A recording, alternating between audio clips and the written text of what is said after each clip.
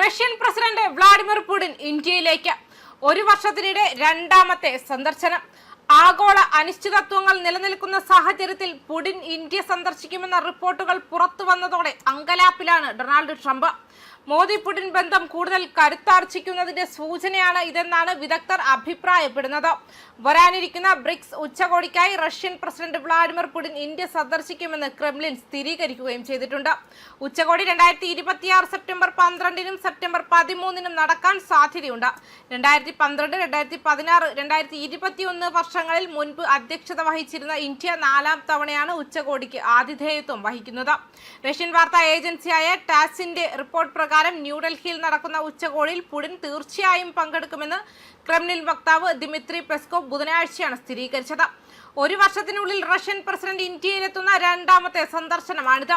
2025 ഡിസംബറിൽ 2 ദിവസത്തെ ഇന്ത്യ സന്ദർശനത്തിനായി പുടിൻ പങ്കെടുത്തു. 23ാമത് ഇന്ത്യ റഷ്യ വാർഷിക ഉച്ചകോടിയിൽ പ്രധാനമന്ത്രി നരേന്ദ്രമോദിയുമായി പുടിൻ ചർച്ചകൾ നടത്തിയിരുന്നു. ബ്രസീൽ, റഷ്യ, ഇന്ത്യ, ചൈന എന്നീ 4 രാജ്യങ്ങൾ ഉൾപ്പെടുന്ന 2006-ൽ ബ്രിക്സ് സ്ഥാപിതമായി. പിന്നീട് 2011-ൽ ദക്ഷിണാഫ്രിക്കയെ കൂടി ഉൾപ്പെടുത്തി വികസിച്ചപ്പോൾ ബ്രിക്സ് ആയി. പിന്നീട് അതിൽ കൂടുതൽ രാജ്യങ്ങൾ ഉൾപ്പെട്ടു.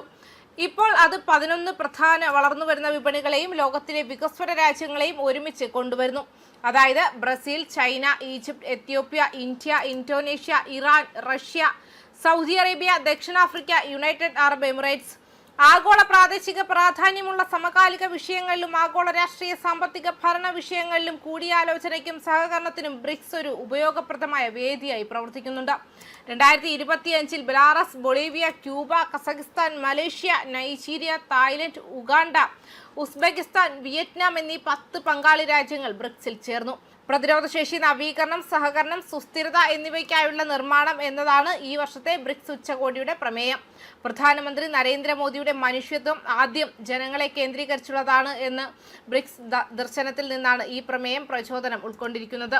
ആഗോള അനിശ്ചിതത്വങ്ങൾ, വിതരണ ശൃംഖലയിലെ തടസ്സങ്ങൾ, ആരോഗ്യ വെല്ലുവിളികൾ, കാലാവസ്ഥ അപകട സാധ്യതകൾ എന്നിവ മറികടക്കുന്നതിന് സാമ്പത്തിക, സാമൂഹിക, സ്ഥാപനപരമായ പ്രതിരോധശേഷി ശക്തിപ്പെടുത്തുക, ഫലപ്രദമായ സേവന വിതരണ ഭാവിയിലേക്കുള്ള വളർച്ചയും പ്രാപ്തമാക്കുന്നതിന് digital public infrastructure, fintech, AI, അറിവ് പങ്കിടൽ തുടങ്ങിയ പുതിയതും ഉയർന്നു വരുന്നതുമായ സാങ്കേതിക വിദ്യകൾ വിന്യസിക്കുക, മെച്ചപ്പെട്ട നയ ഏകോപനം, വികസന ധനസഹായം, വ്യാപാര സൗകര്യം, ആഗോള സ്ഥാപന ഭരണത്തിലെ പരിഷ്കാരങ്ങൾ, ജനങ്ങളെ കേന്ദ്രീകരിച്ചുള്ള പങ്കാളിത്തങ്ങൾ എന്നിവയിലൂടെ ബ്രിക്സ് സംഘങ്ങൾക്കിടയിൽ ബഹുമുഖ ഇടപെടൽ വർദ്ധിപ്പിക്കുക, ദേശീയ ആഗോള മുൻഗണനകളുമായി യോജിപ്പിച്ച് കാലാവസ്ഥാ പ്രവർത്തനം, ഹരിത ധനസഹായം, ഊർജ്ജ പരിവർത്തനങ്ങൾ, സുസ്ഥിര വികസനം എന്നിവയിലേക്കുള്ള കൂട്ടായ ശ്രമങ്ങൾ ത്വരിതപ്പെടുത്തൽ തുടങ്ങിയവയാണ് പ്രധാന പ്രമേയങ്ങളിൽ ഉൾക്കൊണ്ടിരിക്കുന്നത്.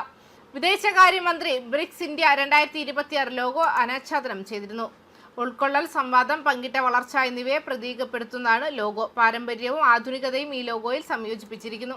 എല്ലാ ബ്രിക്സ് അംഗങ്ങളുടെയും ഊർജ്ജസ്വലമായ നിറങ്ങൾ പ്രതിഫലിപ്പിക്കുന്ന ദളങ്ങളുമുണ്ട്. കൂട്ടായ ശക്തിയെയും ഐക്യത്തെയും പ്രതീകപ്പെടുത്തുന്നു. കേന്ദ്രത്തിൽ നമസ്തേ എന്ന ആംഗ്യത്തിലൂടെ ഊഷ്മളതയും ബഹുമാനവും യോജിപ്പുള്ള സഹകരണവും പ്രകടമാകുന്നു. ന്യൂസ് ഡെസ്ക് കർമ്മ ന്യൂസ്.